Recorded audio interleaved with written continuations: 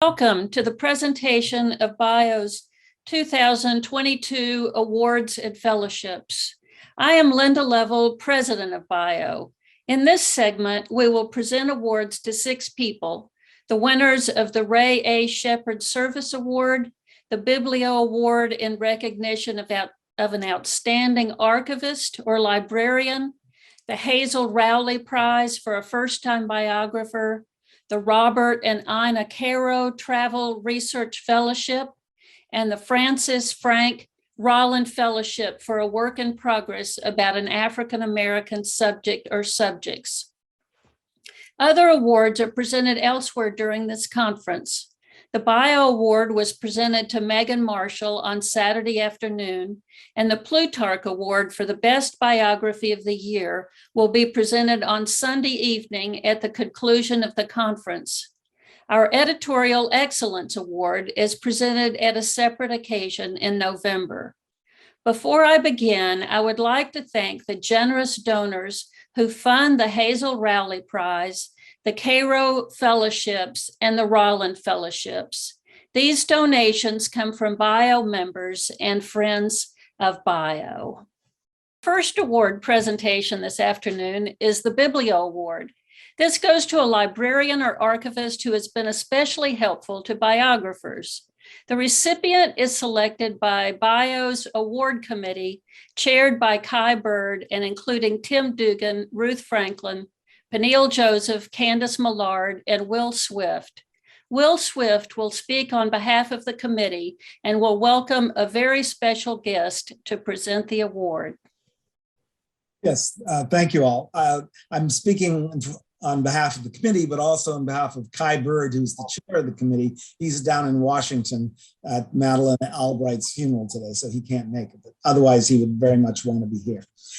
We really consider the Biblio Award to be one of our more important awards because the Biblio, the library research, is the core and sort of the structure around which we create our narratives and create our sense of place that makes a fine biography. So we have, about 10 years ago, we began recognizing librarians who we couldn't do our work without them. And Claudia is a prime example of that. So we're delighted to have Bob Caro, who today, Bob is, as many of you know, is probably arguably our greatest biographer of the 21st and 20th century. And he is someone who's given us this remarkable capacity to understand the sense of place as being a very important way of elucidating character. And I know from the outside that a lot of what he's done, he's had tremendous help from Claudia. So with that, I just ask you to go ahead, Bob, and we're delighted you could be here for this. Thank you, Will. Thank you, Linda. The Biblio Award is presented annually to recognize a librarian or archivist who has made an exceptional contribution to the craft of biography. Well, I can't think of anyone more fitted to get this award because Claudia Anderson of Austin, Texas, who's getting the award this year, has made an exceptional contribution to a lot of biographies.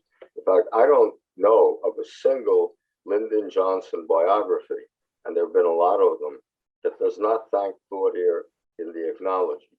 Of course, I have to give her special thanks because I've been working on the biographies for so many years that I owe her more than probably anyone else. You have to understand what it is, the scope, the significance of what it is that Claudia does. When you get to the Johnson Library, you go up a broad flight of marble stairs and you look up and there are 4 floors of red buckram boxes, each bound in red with the gold presidential seal. Those are the papers of Lyndon Johnson, and those boxes go back a long way. When I started working there, they had 32 million documents. They said, right now they're up to 44 million documents, 44 million pieces of paper. And it's probably a dimension of research that certainly is beyond anyone who's starting a biography. I've watched Claudia take one biographer after another, as she took me 40 some years ago, and give me an overall explanation of what's in those boxes. But for 40 years, she's been helping me. She's really, I feel, a historian in the highest sense of the word. She knows. She's made it her business to know. The archival material in her charge, in these 44 million documents, just as thoroughly as it's possible for a single human being to know them.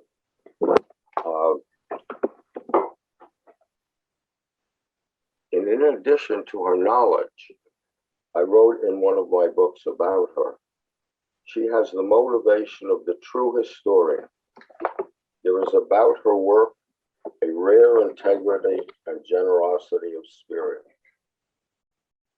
I can't even imagine how many questions that I've asked her that you might think are impossible to answer. Like, for example, I might say, somewhere in the last 10 years, Claudia, in one of the hundreds of boxes I looked through, there's a letter from George Reedy to Lyndon Johnson, a memo from George Reedy to Lyndon Johnson. I'm thinking of a specific one, actually, telling Johnson he should stop being so critical of Hubert Humphrey.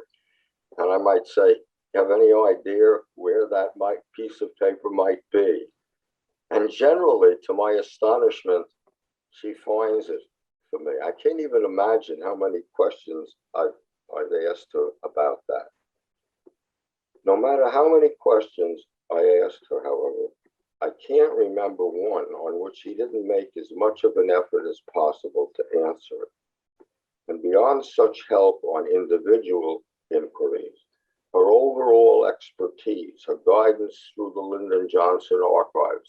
Bob, you were to look at the legislative file on Medicare as well as the overall file on Medicare. Well, Bob, the kind of stuff you're looking for on the passage of the voting rights bill, you'll find in Lyndon Johnson Confidential, not in Lyndon Johnson's voting rights. So I noticed that every biographer of Lyndon Johnson has thanked Claudia for her help. They should have. History's knowledge of Johnson and really of the whole American political scene in the last 3/4 of the 20th century is richer for her help.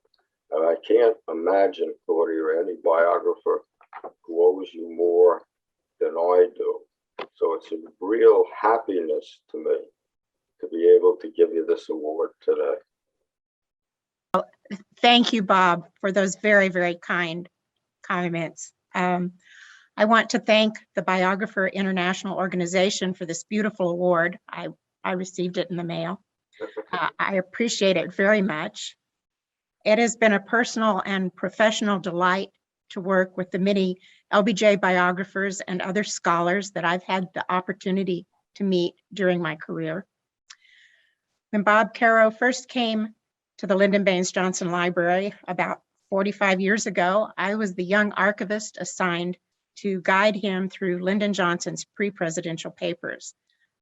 It was a real pleasure to work with him then, and I never dreamed that I would still be doing reference for him in 2022.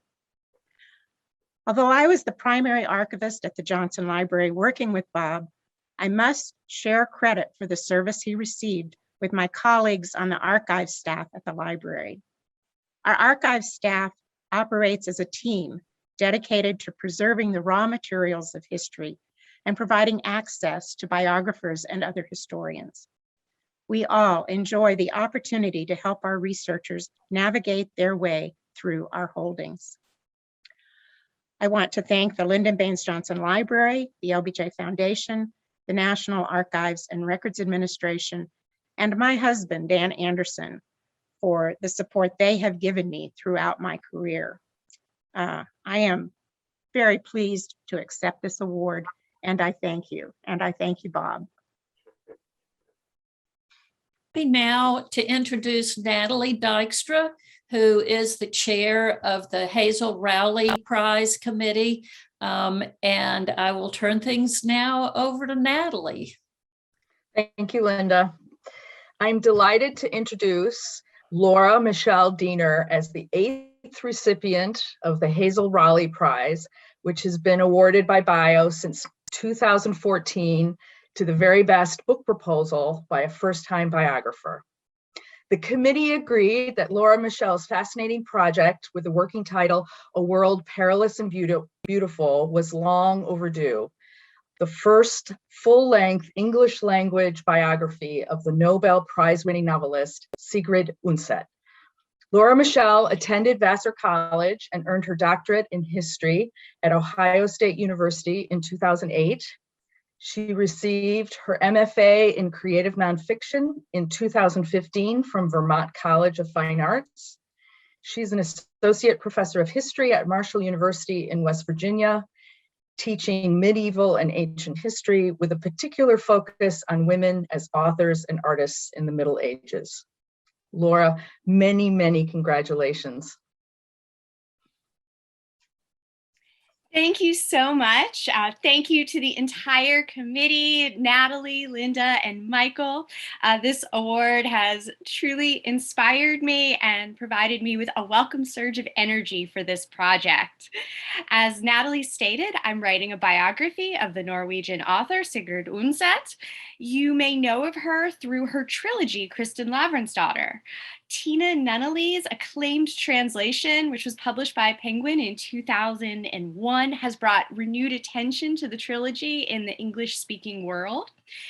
Kristin Lavransdatter magnificently depicts life in medieval Norway through the life of a willful and passionate heroine who is pulled constantly by conflicting forces of responsibility and desire. Undset's original readers compared those works to the writings of Dostoevsky in terms of epic spiritual depth, and today's critics have recently found parallels in the works of Italian feminist writer Elena Ferrante. I came to this project through those novels. The love story enchanted me as a young girl, and as I grew older, I responded to the eloquent depictions of motherhood, to the tragedy of watching parents age and experiencing marriages fail.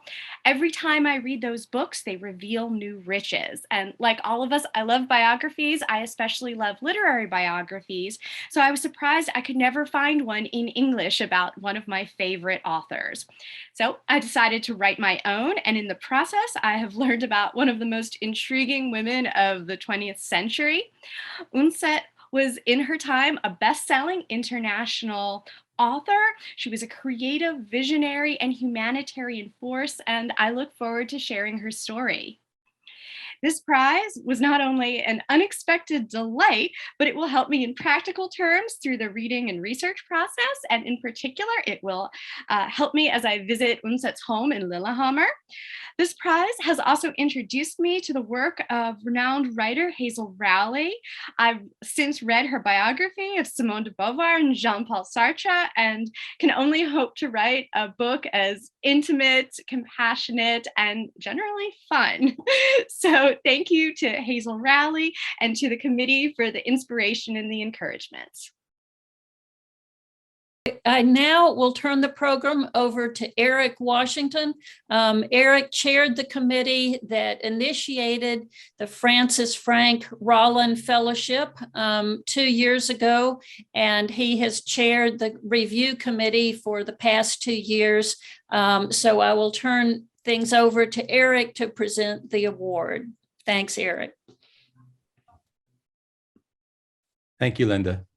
The Rollin Fellowship commemorates 19th century author and activist Frances Ann Rollin Whipper, pen-named Frank A. Rollin, whose 1868 biography, Life and Public Services of Martin R. Delaney, about a Black abolitionist journalist, physician, and Union Army officer, positioned her among the first recorded African-American biographers. At the time, her precedent prompted calls for more biographies of African-Americans, which this fellowship, born on the currents of the Black Lives Matter movement, seeks to carry on in her honor. The Rollin Fellowship awards $2,000 to an author working on a biographical work about an African-American figure or figures whose story provides a significant contribution to our understanding of the Black experience. It also advances BIO's commitment to remediate the disproportionate reflection of Black lives and voices in published biography, and to encourage diversity in the field.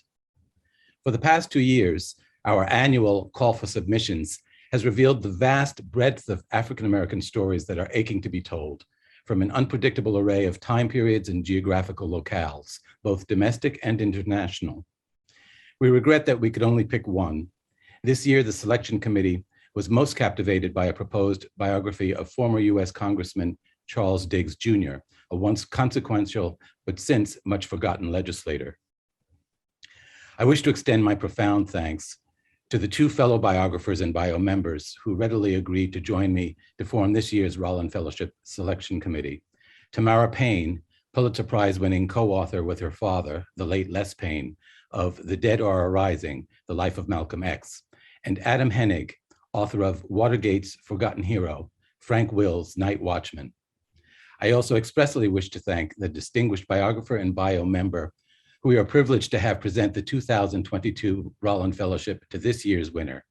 She's the author of the biographies about her iconic and storied ancestors, On Her Own Ground, The Life and Times of Madam C.J. Walker, which inspired the fictional Netflix series Self-Made, starring Octavia Spencer, as well as the forthcoming The Joy Goddess of Harlem, A'Lelia Walker and the Harlem Renaissance. A'Lelia Bundles. Thank you so much, Eric. As always, your words just really capture the moment. I'm especially honored to present the Francis Frank Rollin Fellowship Award. I first learned of the award's namesake from Ione, a descendant and biographer of Rollin, whose book Pride of Family particularly inspired me as I was beginning to research and write about the lives of my great-great and great-great-grandmothers, Madam C.J. Walker and A'Lelia Walker. We hope that the Rollin family name may similarly inspire this year's winner. And so it is with great pleasure that I present to you Marion Orr towards the advancement of your biography in progress on the life of the former African-American U.S. Congressman Charles C. Diggs Jr., BIO's 2022 Francis Frank Rollin Fellowship Award.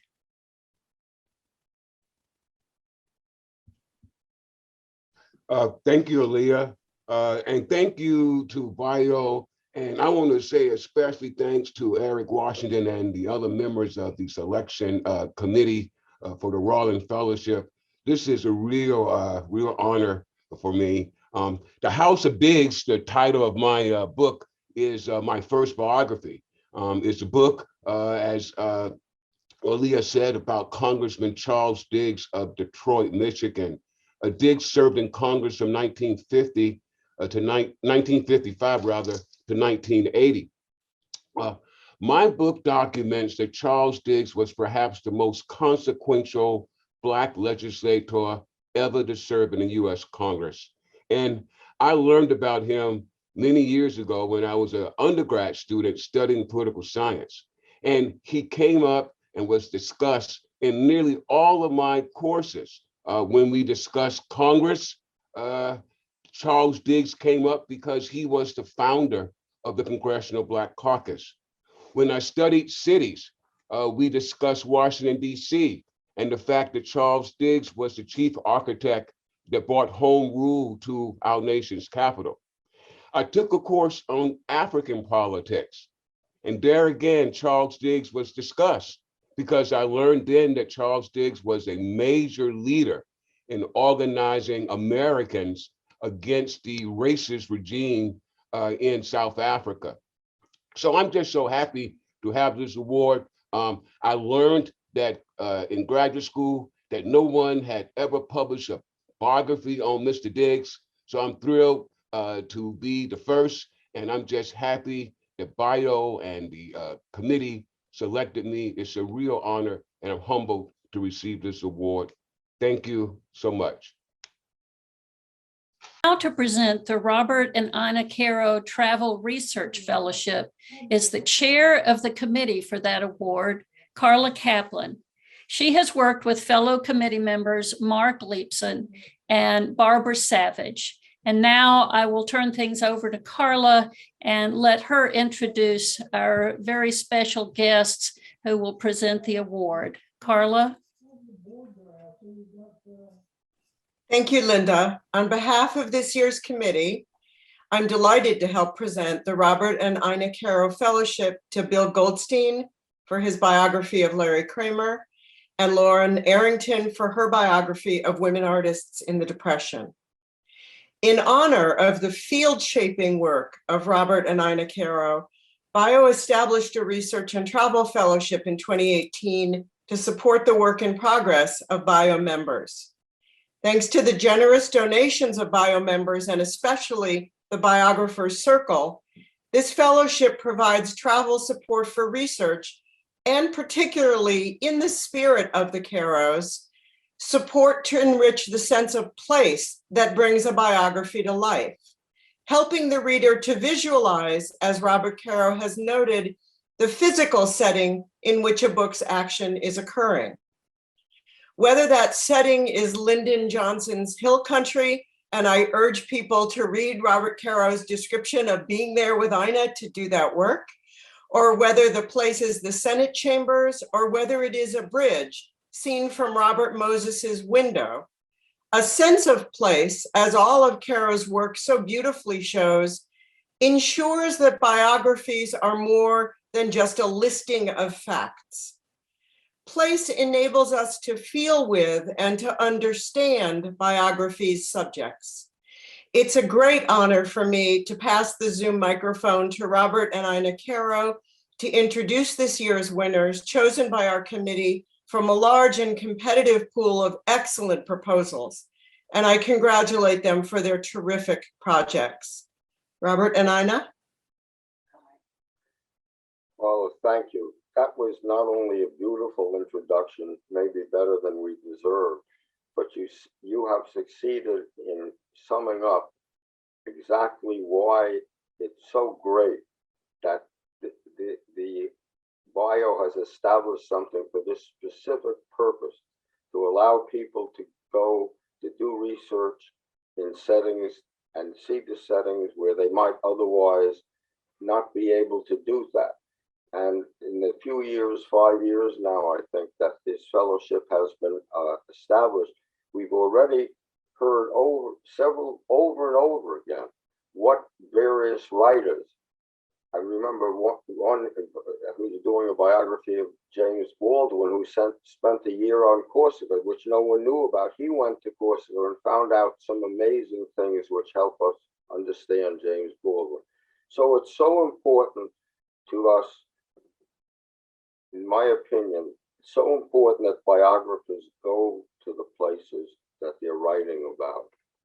Because if the place, the setting, played a crucial role in shaping the character's feelings, drives, motivations, then by describing the place well enough, the author will have succeeded in bringing the reader closer to an understanding of the character he's writing about. So that sometimes you don't even have to go into the character if you let the setting do it. Lyndon Johnson, when he's 22 years old, getting to Washington and going to work in the House Office building in the morning, passing the Capitol, and suddenly getting so excited that the young woman who worked in the office with him and who was coming from another direction sees him suddenly break into a run every morning with excitement to get to work. You understand a lot about Lyndon Johnson from the setting, describing that Capitol, that you don't have to go into otherwise. So it's a great thing for Ina and I to know that bio is helping writers go to the settings in which their scenes occur. So the first award is going to Lauren Arrington. Lauren, is doing a book on women artists in the Depression, always seems to be unknown women artists, unknown but very significant women artists in the Depression. And she was commissioned to do the work for a planned community, which was one of the New Deal's early inspirations, I'll leave it at that, in Greenbelt, Maryland. And because for this grant, we hope will enable her to go and spend enough time in Greenbelt looking at Lenore Strauss's work, going through her archives, and then going to Washington to see other files that are necessary. So Lauren, congratulations on getting this award. It's really going to a project that sounds wonderful to us. Thank you, Bob and Ina, for this generous fellowship. I'm deeply honored to receive it. And I'd like to say thank you to the committee as well for your enthusiasm for this project. This award makes all the difference to the way I'll be able to write this biography, getting on the ground in the places that Lenore Thomas not only worked, but where her sculpture still stands today. The friezes that Lenore Thomas created for the Greenbelt Elementary School, Greenbelt was the first suburban planned town under the New Deal, are still there, and what is now the Greenbelt Community Center that houses the museum, where unique archival material related to Lenore Thomas Strauss is held today. I'll also be able to go to Akakik, which is a Bohemian artist colony where Lenore Thomas worked and where some of her sculptures are still on the ground in what is now a nature preserve. So Lenore Thomas is one of the women that I'm writing about in this group biography of women who were working for the government during the Depression.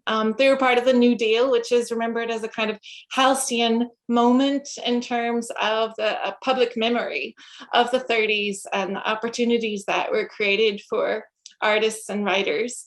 So my book is showing how these women really seized on that moment, and also how they challenged the structural inequalities, racist, anti-immigrant, and also misogynistic policies that were embedded in the New Deal, which are parts of that moment in history that we often don't really talk about.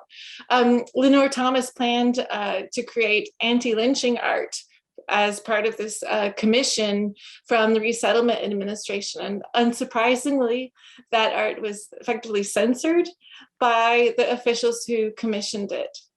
She was a committed communist, and so she was an anti-racist ally, and she later came under scrutiny from the FBI for her politics and also her sexuality. So I'm really excited about the opportunity to bring Lenore Thomas to the public consciousness. So thank you again. The other award goes to an old friend of ours, Bill Goldstein. Bill Goldstein has many honors come his way, particularly for his last book, which is so wonderful, The World Breaking Apart.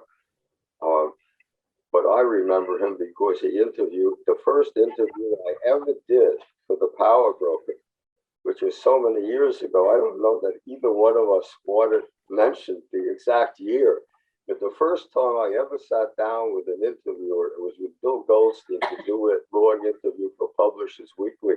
I remember how he shepherded me through it at that time, and I'm grateful to you ever since. So Bill is doing a biography of Larry Kramer. Now, one of the great, important, significant figures of the 20th century. Too little is known about him, as Bill's description of what is needed makes clear. But he spent 9 years in London. And Bill is going to be able to go to London and see what he can learn about those years. That's exactly what we hope this fellowship, that Ina and I hope this fellowship would achieve. Also, Larry Kramer, on another level, it's for travel and research into Larry Kramer's archives, which are at the Beinecke Library, which everything else on Earth seems to have been closed for the last 2 years. But it's going to take a lot of trips, a lot of living in New Haven to go through the Larry Kramer papers there the way they should be going through, and Bill will go through them the way they should be going through.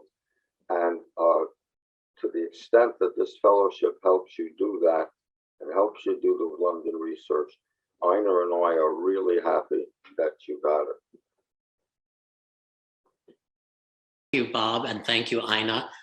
That interview was a while ago for Publishers Weekly. I was terrified. You were, I think, maybe the second author I had ever interviewed. So I guess we were beginning together in some way. I think you've come a little further than I have since then, but I'm happy to be able to follow in your footsteps in this small way with the honor of this fellowship, this grant. I'm very grateful to BIO and also to you and to Ina, and also for what you've just said. Thank you so much. I mean, Larry Kramer, I think a lot of people know him as an AIDS activist, which of course is among his great triumphs, and as a writer, the writer of the play, The Normal Heart.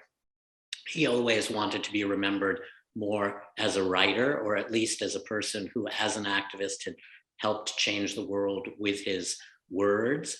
And he did have an earlier life before 1981, when the first reports come of this unknown new disease that is affecting gay men. But he had been a screenwriter and a movie producer. His great triumph, as you allude to, in London was his movie Women in Love, which was released in 1969, and he was nominated for an Oscar for Best Adapted Screenplay, and he was also the producer of the movie. So I hope to spend time in London, as you say.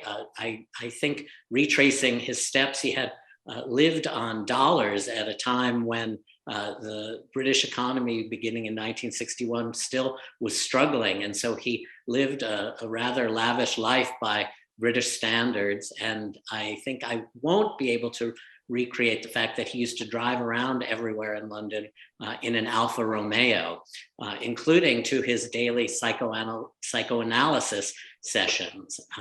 He then wrote the novel Faggots when he moved back to New York in 1970. That was published in 1978. But I just want to say, in addition to being able to go to London, and also, Lauren, maybe I'll meet you in Washington. Larry grew up outside of Washington in a suburb called Mount Rainier, Maryland. He was born in Bridgeport, but then his family moved to Washington. He was born in 1935. So his father worked in the Roosevelt administration. I mean, not in any kind of high-powered position, but he lived in the Washington area during the height of the New Deal.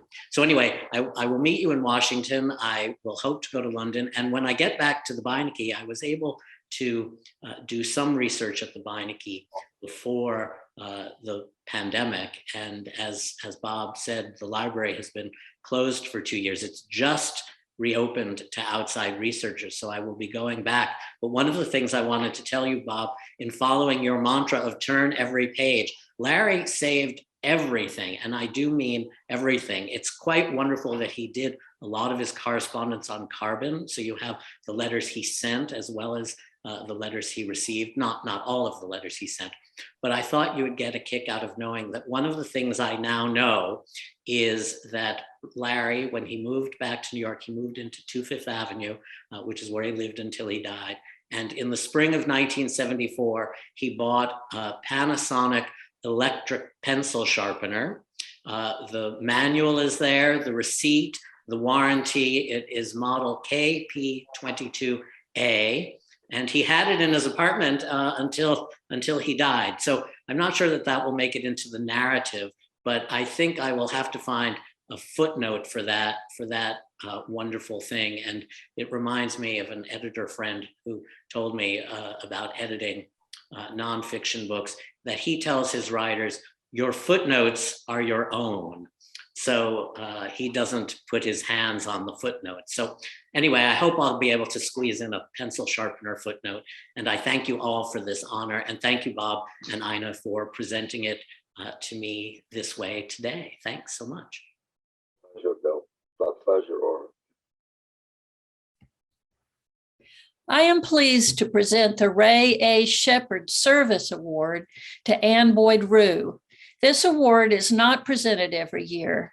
It is named for Ray Shepard, a founding member of BIO, who organized our first conference almost single-handedly.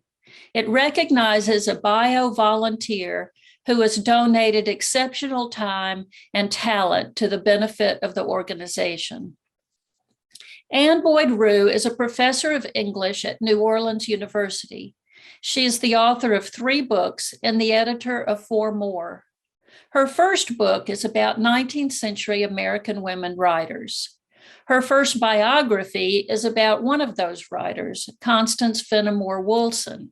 And her latest book is a biography of the popular classic Little Women. She is now working on a biography of the 20th century writer and activist Kay Boyle. She is also the recipient of 4 NEH grants, including 2 of its coveted public scholar fellowships. But it is not for these accomplishments that I recognize her here today. Ann has been a member of the BIO Board of Directors for 5 years. She has served as co-chair of the program committee and as a member of the membership committee. She directs BIO's coaching program and is an outstanding coach herself.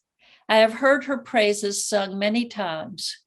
I first heard of Zoom from Ann when she suggested that we conduct our board meetings that way, even before the pandemic happened.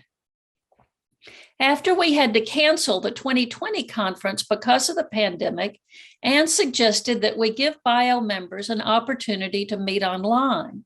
She initiated a series of workshops that summer about marketing one's book during the pandemic and about copyright and fair use and about other issues. In 2021, she was joined by 2 committee members, Marlene Trestman and Steve Paul, and later by Holly Van Leuven. These workshops have proven to be enormously popular and provided BIO members a lifeline to our community during the pandemic. Also during the summer of 2020, she organized and supervised a series of online roundtables. We had had in-person roundtables for biographers with similar interests at our conferences before, but Ann suggested that we initiate some of these via Zoom. Some of the original groups are still meeting monthly or more often. Some have fizzled and new ones have been generated.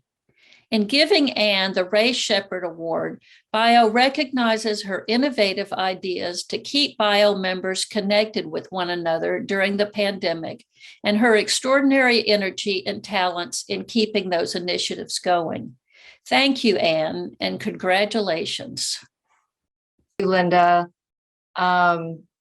Yeah, this was completely unexpected. I'll hold up the award. I wish you could see it better. It's quite beautiful. It has the lovely BIO logo on it, and I will treasure it. You know, I have never gotten an award quite like this, and it's very moving, I have to say. Certainly, there have been a lot of people helping me.